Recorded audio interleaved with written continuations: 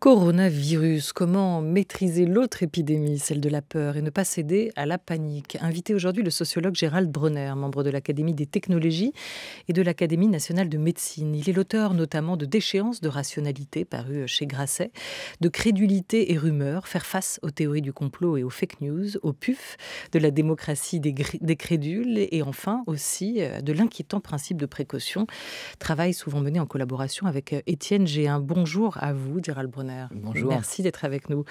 Le Comité consultatif national d'éthique, présidé par Jean-François Delfrécy, qui est un spécialiste des maladies infectieuses, a été saisi. L'Académie nationale de médecine, dont vous êtes membre peut-être aussi, elle a pour mission en tout cas de répondre aux questions de santé publique que le gouvernement lui poserait. Alors est-ce qu'elle a été consultée? Au-delà de ça, la question est de savoir, est-ce que le gouvernement consulte? Est-ce que les sages de l'Académie, ceux du Comité consultatif national d'éthique, réfléchissent aux enjeux actuels, aux questions que pose le coronavirus? Écoutez, je ne suis pas dans le secret des dieux, pour être tout à fait honnête, mais j'ai le sentiment que oui. J'ai l'impression que la décision publique s'adosse tout de même à l'expertise médicale et épidémiologique sur cette question. On le voit, un certain nombre de décisions qui sont prises, c'est-à-dire d'abord, il n'y a pas une stratégie, vous l'aurez remarqué, commune face à ce virus, une stratégie qui serait, comment dirais-je, défendue jusqu'au bout du tunnel. On voit bien que ce qui va faire la réponse rationnelle à ce problème, c'est une réponse adaptative, d'où l'idée des stades d'ailleurs.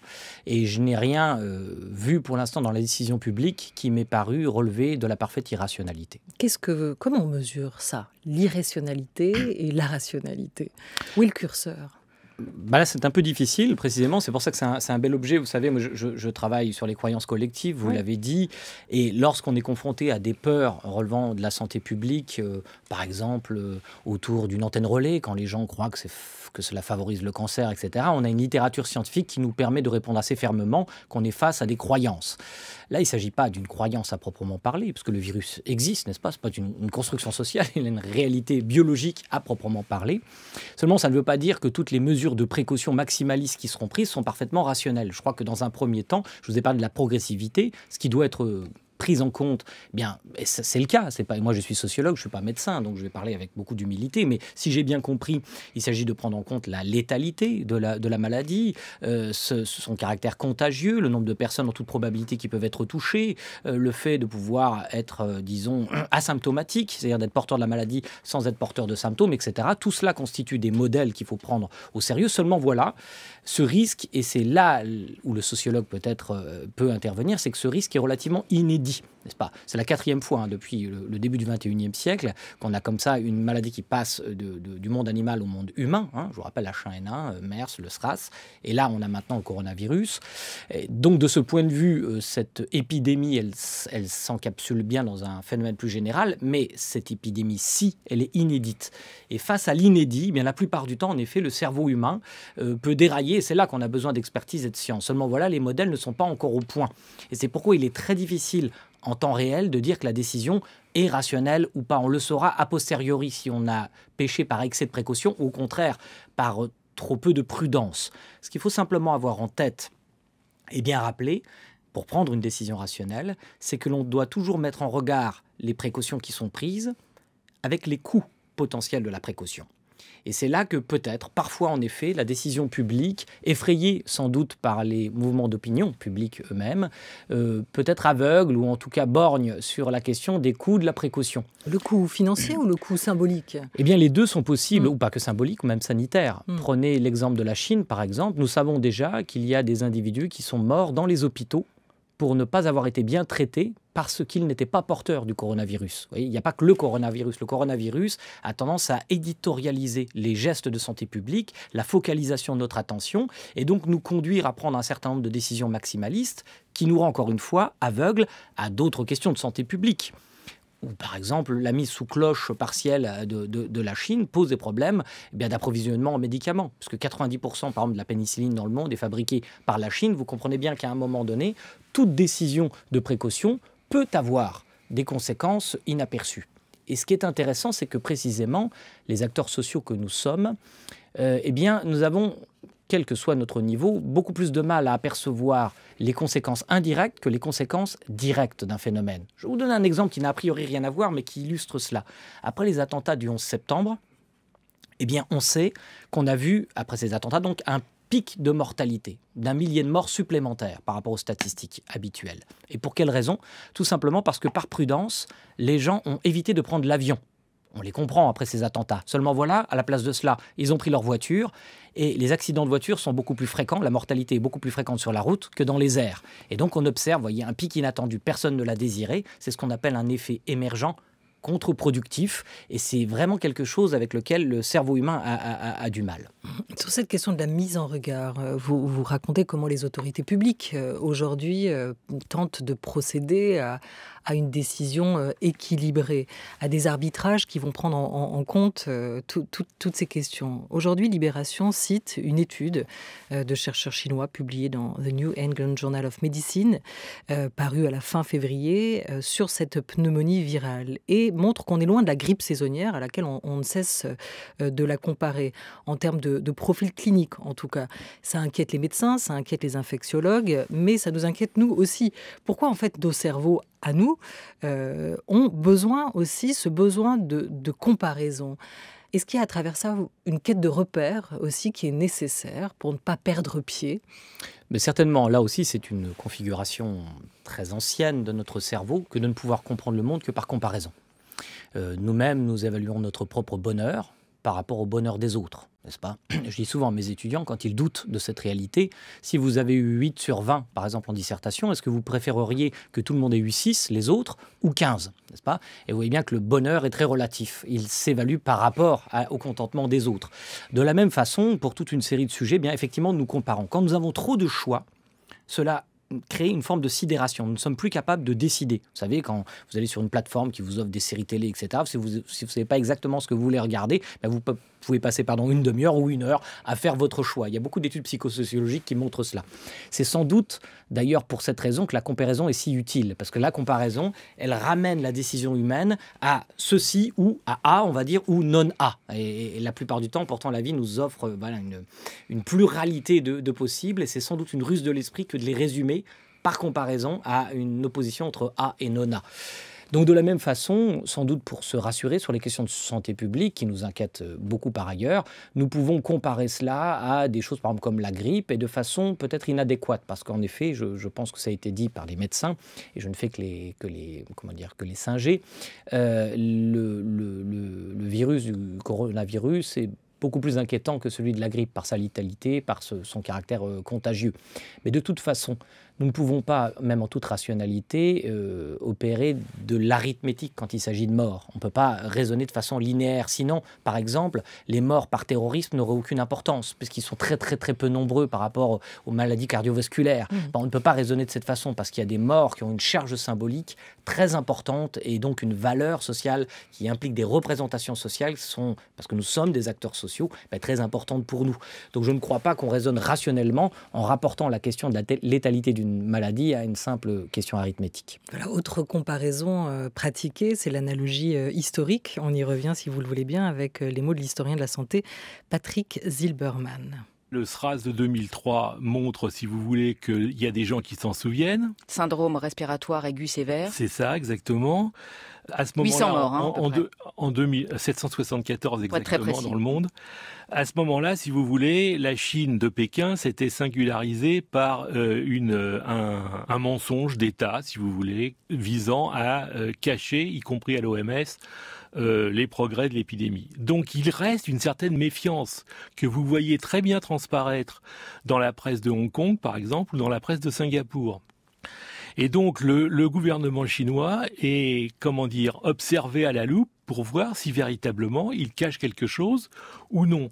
Voilà, c'était Patrick Zilberman au micro de Caroline Brouet dans les matins du samedi. Cette méfiance, elle s'est étendue partout dans le monde aujourd'hui avec le coronavirus. Et pourtant, on continue à regarder vraiment tout particulièrement et presque de travers la Chine. La Chine qui commencerait à envisager un retour progressif à la normale. Et pour la première fois depuis décembre, le président chinois Xi Jinping s'est rendu à Wuhan, l'épicentre de l'épidémie. Alors là, on voit une communication imposée, mais une communication qui ne rassure pas vraiment pour autant. Pourquoi est-ce qu'on se méfie toujours autant des nouvelles venues de Chine ? D'abord, il y a une excellente raison qui a été rappelée, c'est que la Chine a menti à plusieurs reprises, y compris au début de l'épidémie de coronavirus. C'est-à-dire qu'il n'y a pas besoin de remonter au SRAS. On sait qu'elle a dissimulé un certain nombre d'informations. Elle n'a pas tenu longtemps, et heureusement d'ailleurs, cette position. Mais c'est une des caractéristiques des systèmes quand même totalitaires. Mais elle a été très pointée du doigt pour ça. Vous ne pensez pas qu'elle a été guérie de ces mensonges d'État aussi ? C'est-à-dire qu'en tout cas, elle a appris, parce qu'elle a menti moins longtemps. Là, c'est certain pour le coronavirus.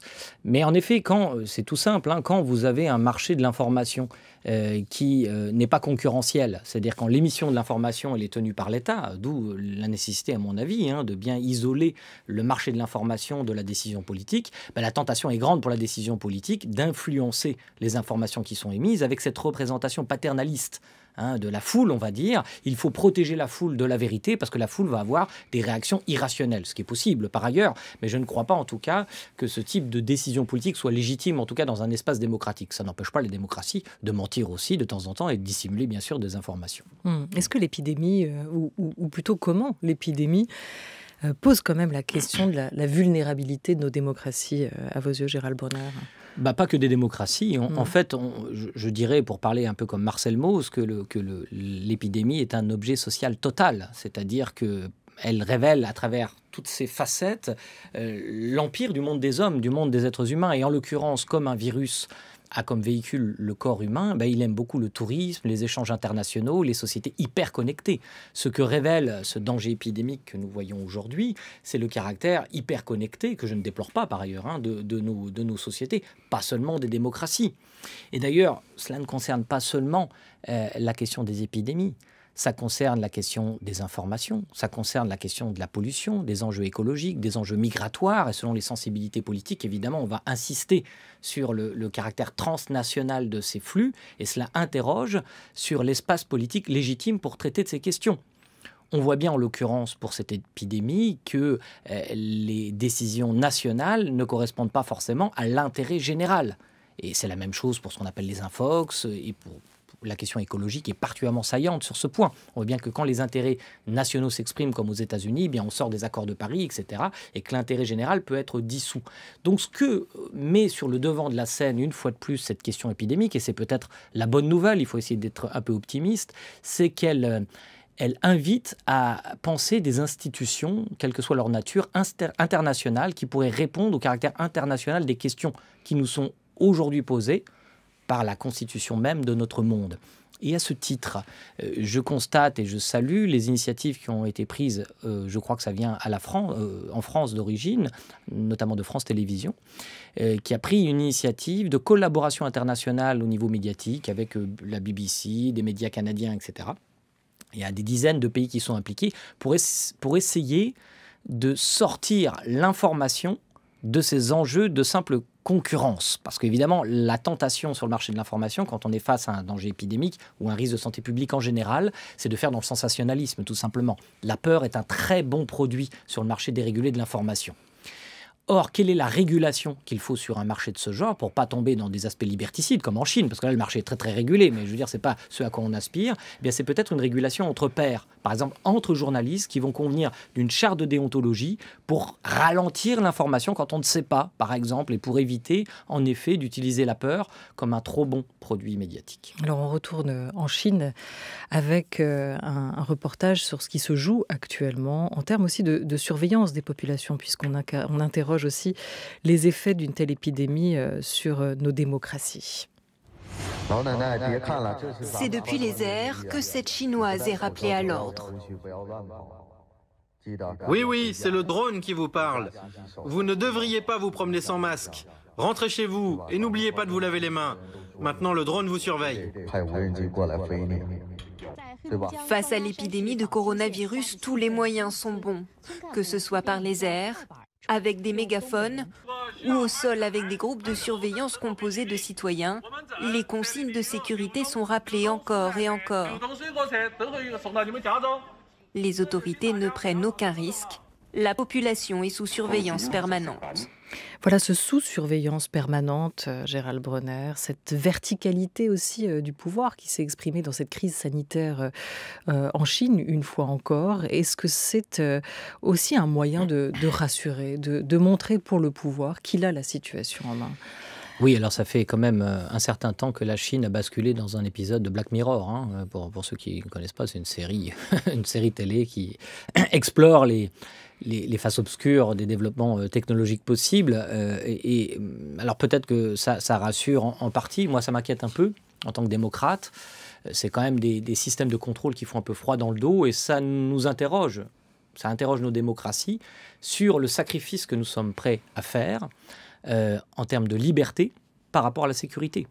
Sur tous les thèmes que j'ai mentionnés d'ailleurs précédemment, hein, on parle de l'immigration, etc. C'est toujours ce dilemme qui revient dans les démocraties. Quelle est la part de liberté que vous êtes prêt à abandonner pour assurer une forme de sécurité ? Et on sait que quand la crise est là, même les citoyens dans les démocraties sont prêts à abdiquer en quelque sorte une partie et abandonner une partie de leur liberté, voire toute ou partie de leur liberté, pour un peu plus de sécurité. C'est à ce troc que nous devons réfléchir. Et là, il n'y a pas de réponse, vous voyez, rationnelle à apporter. En tant que sociologue, je n'ai pas de réponse à apporter. Je constate simplement qu'en effet, c'est un équilibre dont le curseur n'est pas placé de la même façon dans les États totalitaires et dans les États démocratiques, pour ceux qui ont tendance en ce moment à confondre les deux un peu trop facilement. Il faut se rappeler que ce n'est pas du tout la même chose en réalité. Et donc, en effet, d'ailleurs, notre 5e République elle-même a été fondée sur ce principe, n'est-ce pas ? La constitution que nous avons est bien une constitution qui a été fondée dans un moment de crise, avec une suspension, en quelque sorte, d'un certain nombre de nos libertés, ou en tout cas du droit démocratique. Et donc, c'est quelque chose que le peuple français a accepté dans un moment particulier. Et la question est combien de temps cela peut durer ? Donc, toutes les mesures qui sont prises aujourd'hui, vous l'aurez remarqué, sont basées sur la vertu. C'est-à-dire qu'on va déconseiller aux gens les quarantaines, civisme, etc. C'est un mot qui revient beaucoup. Hein, le civisme, c'est un beau mot. C'est pas un mot que je trouve. Enfin, je considère pas que c'est une insulte. C'est un appel à la vertu d'une certaine façon, puisqu'il n'y a pas de moyen de coercition. En Chine, c'est un peu différent. Vous avez quand même un drone qui vous parle, et puis je ne sais pas ce qui arrive aux gens qui n'accepteraient pas d'obtempérer, pardon, c'est un peu compliqué. Mais je pense qu'il y a évidemment toute une série de mesures coercitives qui seraient prises. En Iran, c'est la même chose, hein, je vous signale. Et tous ces pays ont la caractéristique de ne pas être tout à fait des démocraties telles qu'on les conçoit. Et l'Italie, notre voisin européen, qui a passé un stade supplémentaire, un pays entier à l'état de confinement. Comment vous regardez ce qui est en train de se jouer en ce moment en Italie ? Avec beaucoup de tristesse, parce que j'ai beaucoup d'amis italiens, notamment des collègues, que je salue s'ils écoutent.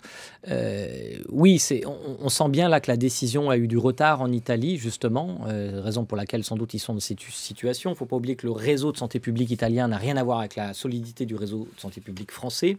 Et puis par ailleurs, il y a aussi une asymétrie économique, hein, parce qu'on sait que la Lombardie est un des poumons économiques de l'Italie et qu'elle était très très en relation avec la Chine, précisément. Donc elle a payé de ce point de vue des relations commerciales intenses avec la Chine.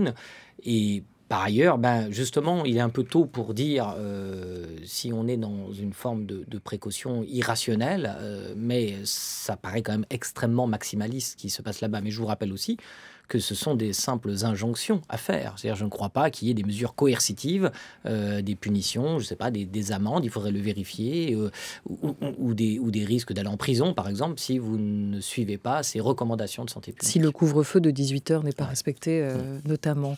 Est-ce que la France y parviendra, en arrivera là ? Tout ça est évidemment impossible à savoir pour l'instant. On parle d'un stade 3 qui pourrait être atteint, passé dans les prochains jours, voire les prochaines semaines.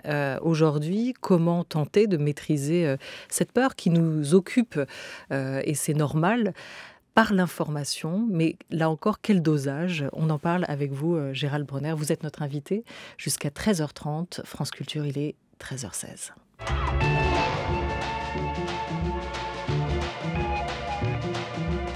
France Culture, la grande table, Olivia Gesbert. Voilà, vous êtes, Gérald Bronner, l'auteur d'un certain nombre d'ouvrages, d'essais qui touchent à cette question de nos croyances et de notre rationalité comme déchéance de rationalité, crédulité et rumeur, ou encore la démocratie des crédules. La crédulité, aujourd'hui, dans ce contexte-là, vous parliez récemment dans une tribune publiée dans le journal Le Point d'une épidémie de crédulité qui enflamme toujours les imaginations en parallèle des épidémies de maladies. Là, vous la percevez, elle se concrétise, cette épidémie de crédulité dans nos comportements, dans nos réactions? Oui, en partie. Ce n'est pas moi qui le dis, c'est l'OMS, tout simplement, qui parle d'infodémie à ce sujet. Bon, vous savez, c'est une vieille histoire, encore une fois. Il y a eu un certain nombre d'épidémies qui ont terrassé les hommes dans leur histoire. On pense, par exemple, à l'épidémie de peste qui, en 589, a ravagé une partie de l'Italie, de Rome, puis de l'Europe ensuite. Et d'ailleurs, le seul pape qui est mort, c'est Pélase II, qui est mort de la peste, est mort à ce moment-là. Et il faut dire que à cette époque, on prenait des décisions qui n'étaient pas tout à fait rationnelles, mais fondées sur la représentation du monde. Le successeur de Pélage II, c'était le pape Grégoire, et lui, il n'a pas eu d'autre idée que de faire des processions, des grandes processions, pour essayer d'implorer la miséricorde. Et évidemment, ces processions, elles ont largement contribué à diffuser le virus, comme ça s'est produit d'ailleurs il n'y a pas longtemps à Mulhouse, lors d'une rencontre entre évangélistes, si j'ai bien compris. Voilà.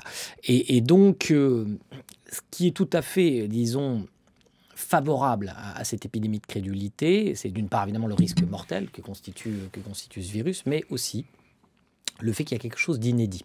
En fait, notre cerveau n'est pas incapable de penser le risque, même s'il est assez mal équipé pour bien le penser, mais en tout cas, il est capable de rectifier ses erreurs. Nous avons un cerveau dont on dit qu'il est bayésien, c'est-à-dire qu'il raisonne en termes de probabilité conditionnelle. Quelle est la probabilité de chance que, sachant A. Voilà. Et donc, nous sommes capables de nous adapter au fur et à mesure.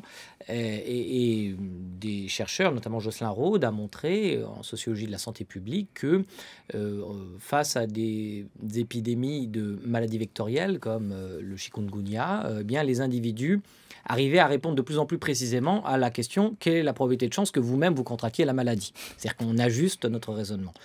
Mais par contre, quand le risque est inédit, c'est-à-dire qu'on n'a pas d'urne statistique pour approcher rationnellement le problème, comme dans ce cas de figure, nous avons tendance à nous abandonner à un biais cognitif qui est très connu, qui est la surestimation des très faibles probabilités. Donc même quand ces probabilités sont très faibles, nous avons tendance à les multiplier par 10 ou 15. C'est peut-être un héritage de notre lointain passé, quand l'univers était hostile, l'environnement très hostile, et qu'il y avait un avantage évolutionnaire à surestimer ces faibles probabilités, de sorte que, en quelque sorte, les peureux ont survécu et les autres, les téméraires, un peu moins, et que nous sommes probablement les descendants des peureux. Et alors, évidemment, cette disposition à surestimer les risques, elle nous encombre sur un marché de l'information qui a tendance à en faire un très bon produit. Donc, vous voyez, c'est vraiment une intrication, en quelque sorte, entre des dispositions très ancestrales de notre cerveau et une réalité sociologique très contemporaine du marché de l'information. Mais cette absence de repères, elle pousse aussi à ce besoin, cette demande d'information, et qui peut basculer vers une surinformation, voire une mauvaise information. Vous le disiez, l'OMS a inventé ce mot valise d'infodémie pour qualifier cette inflation d'informations, de fausses informations surtout, et de théories du complot qui peuvent en découler et qui circulent sur les réseaux sociaux, mais aussi dans certains médias. Je ne sais pas si vous êtes prêts, mais on y retourne. On va essayer de reprendre un peu tout ce qui a été dit depuis quelques semaines. Plan secret de la CIA pour déstabiliser le régime chinois. Complot des milliardaires avec Bill Gates en tête pour réduire la population mondiale. Manœuvre des laboratoires pour écouler des vaccins. Armes de Pékin contre les dissidents et les Ouïghours. Virus breveté 2 ans avant son expansion. Depuis l'apparition du coronavirus dans la ville de Wuhan le 20 janvier en Chine, les théories du complot les plus folles se multiplient. Regardez par exemple cette carte animée réalisée par le chercheur Mehdi Moussaïd. Elle montre la propagation des discussions sur Twitter. Le hashtag coronavirus en vert, dès le début de l'épidémie en Chine, s'est répandu beaucoup plus vite que le virus lui-même en rouge. Alors cet exemple ne concerne pas directement les fake news, uniquement les conversations, mais lorsqu'on sait que les fausses informations circulent beaucoup plus vite que les vraies informations, cela donne une idée de l'effet de panique qu'elles peuvent provoquer. Est-ce que vous avez déjà vu, vous, ce genre de théorie circuler sur les réseaux sociaux? Il a été créé en laboratoire, vous avez entendu passer ça? Non, je l'ai entendu de personnes, enfin sur Internet, de personnes que je connais. Dans des discussions? Ouais, dans des discussions. Et il aurait été créé où en laboratoire et pourquoi? Alors on a entendu la version de l'Asie et des États-Unis. Ça vous semble crédible, ce genre d'histoire ou pas? Honnêtement, rien n'est à exclure. Je peux pas dire oui, je peux pas dire non, c'est pas à exclure. Les théories, là c'est plus construit. On a des professionnels de la diffusion des théories du complot. Notamment, on a un grand spécialiste planétaire, c'est la Russie, qui à chaque fois qu'un événement un peu particulier se produit, déploie des milliers de trolls, de spécialistes de la désinformation. Ouais. Le mot désinformation est un mot d'origine russe. Hein. Il pratique ça depuis toujours. Alerta que no sea el coronavirus un arma de guerra que se esté utilizando contra la China y ahora contra los pueblos del mundo en general. Est-ce que vous avez déjà entendu sur des remèdes qu'on voit circuler sur Internet? La cocaïne. Ouais, la cocaïne. Comment ça, la cocaïne? Apparemment, ça pourrait soigner. Vous aviez entendu ça, vous, que la cocaïne, ça soignait le coronavirus? Le Jamel, ça soignerait le coronavirus? Fallait l'avaler, ouais. La cocaïne n'est pas efficace contre le coronavirus, Charles. Oui. Un rappel surprenant, Jean-Jacques, mais visiblement nécessaire avec ce tweet publié hier après-midi par le ministère de la Santé. Voilà, alors ça se termine un petit peu cut, mais on a entendu un peu une sorte de florilège de toutes ces informations, fausses informations qui peuvent circuler en ce moment. C'est tout naturel, mais c'est amplifié, diriez-vous, Gérald Bronner, par les médias aujourd'hui et cette technologie nouvelle, parce que dans l'épidémie et dans cette pandémie ou cette infodémie, il y a aussi ce caractère inédit qui est la rapidité aujourd'hui de circulation de l'information permise par ces nouvelles technologies, par Internet, ce qui n'existait pas au temps de la peste, a priori. Hein. Oui, a priori, oui, ça se diffusait plutôt par le bouche-oreille, l'information à ce moment-là, donc c'est plus lent, en effet. Mais je vous l'ai dit, c'est un objet social total, donc cela implique aussi toute une série de croyances, de stéréotypes. Alors, je distinguerais quand même deux familles, on va dire. Il y a les plus dangereux, c'est qu'il faut traiter le plus rapidement, et c'est fait un peu par les médias d'ailleurs, c'est ces croyances qui vous disent que vous pourriez vous prémunir du coronavirus, par exemple en prenant de la cocaïne. Il y a plein d'autres propositions de ce genre. Là, c'est relativement, en effet, dangereux parce qu'il y a des individus qui pourraient éviter de faire ces gestes simples, de se laver les mains, etc., en se croyant protégés. Et d'ailleurs, on l'a vu notamment dans les épidémies de Zika, hein, des gens ne croyaient pas que la maladie pouvait se transmettre par les moustiques et donc ne prenaient pas un certain nombre de mesures de précaution vis-à-vis des moustiques. Et cela a contribué à la diffusion de la maladie. Donc ça, il faut y être très attentif et fermement démentir lorsqu'on le peut. Même si parfois le démenti fait plus de mal que de bien, et ça c'est une autre affaire, c'est un peu compliqué. Alors, sur la question en revanche des théories du complot, on voit bien, oui, c'est toujours la même chose. Là, rien de nouveau sur le soleil, parce que je vous ai parlé par exemple des épidémies de choléra. En 1830, on est au sommet de l'épidémie de choléra en France, et il y a des tas de rumeurs, et à chaque fois, par exemple, ces rumeurs-là, eh bien, elles pointent du doigt des catégories de coupables idéales. Il ne faut pas oublier qu'une épidémie, a priori, ça représente une énigme. D'où vient-elle? Comment va-t-elle se diffuser? Mais surtout, d'où vient-elle?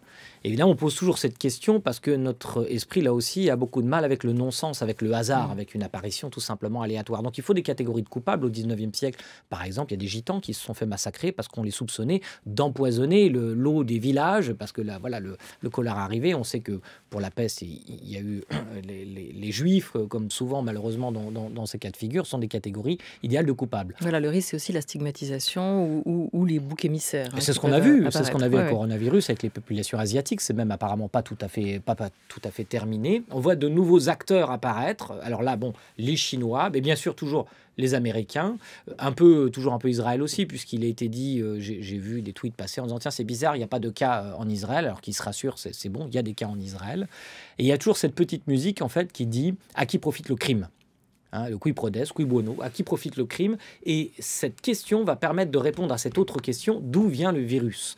Alors à qui profite le crime? En l'occurrence pas aux Chinois, j'ai l'impression dans un premier temps, mais du coup on a imaginé que ça pouvait être les États-Unis pour mettre à genoux les Chinois. On a imaginé aussi, on le dit quelquefois, il y a beaucoup de gens qui commentent en disant tiens, c'est marrant parce que du coup en ce moment on parle plus tellement du 49.3, vous voyez, ça c'est la grande théorie de la distraction, hein, ceux qui croient qu'ils font preuve d'esprit critique en disant c'est marrant parce que en effet puisqu'on parle de cela on ne parle pas d'autre chose donc ça nous distrait, ce qui n'est pas totalement faux quand même par ailleurs. C'est un fait, oui, mais c'est pas parce que quelque chose profite que ceux qui en profitent sont à l'origine de ce quelque chose. Sinon, ça s'appelle du conspirationnisme, en fait, hein, que les choses soient très claires.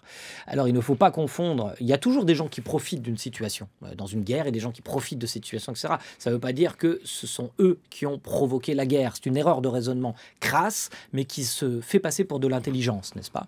Et donc, c'est la crédulité qui se fait passer pour de l'intelligence. Donc, je ne suis pas du tout étonné, évidemment, de voir cela. Ensuite, comme le danger semble réel, je pense qu'il est pris au sérieux par nos concitoyens.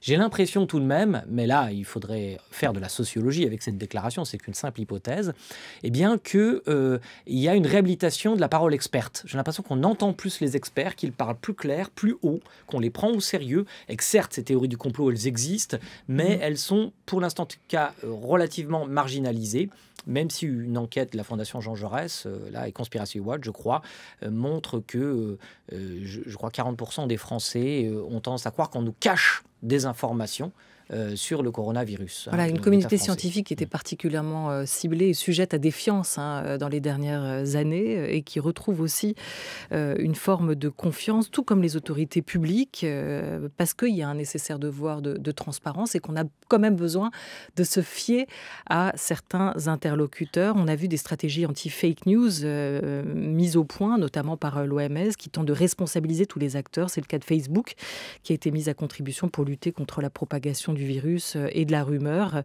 avec différentes stratégies. Il nous reste une petite minute, Gérald Bronner, bien s'informer aujourd'hui sur ce coronavirus. Comment fait-on ? Déjà, on va consulter les sites d'information qui sont dévolus à ces questions. Par exemple, l'OMS, oui, Santé publique France, l'INSERM, enfin, il y a toutes sortes de ressources. Et en effet, mieux vaut aller consulter ces sites qui sont très précis. Je pense que là aussi, les médias ont fait un travail d'information qui paraît relativement estimable. Et en général, il vaut mieux faire confiance à un médecin, quelqu'un qui travaille en épidémiologie sur ces questions, qui est spécialiste des virus, que je ne sais quel youtubeur ou je ne sais quel conspirationniste, évidemment. Et on continue à s'informer ou est-ce qu'on coupe le poste ? D'abord, on est en démocratie, chacun fait comme il veut, mais en effet, disons que la peur se nourrit aussi quelquefois d'un trop-plein d'informations. Il faut essayer de raison garder. Nous vivons une époque un peu trouble. Voilà, là aussi, l'équilibre est à trouver. Nécessaire information ou est-ce qu'on en fait trop ? Parfois, comment doser la bonne information, la surcommunication, vous l'évoquiez, peut avoir aussi des effets pervers. Gérald Bronner, merci beaucoup d'être venu aujourd'hui autour de cette grande table.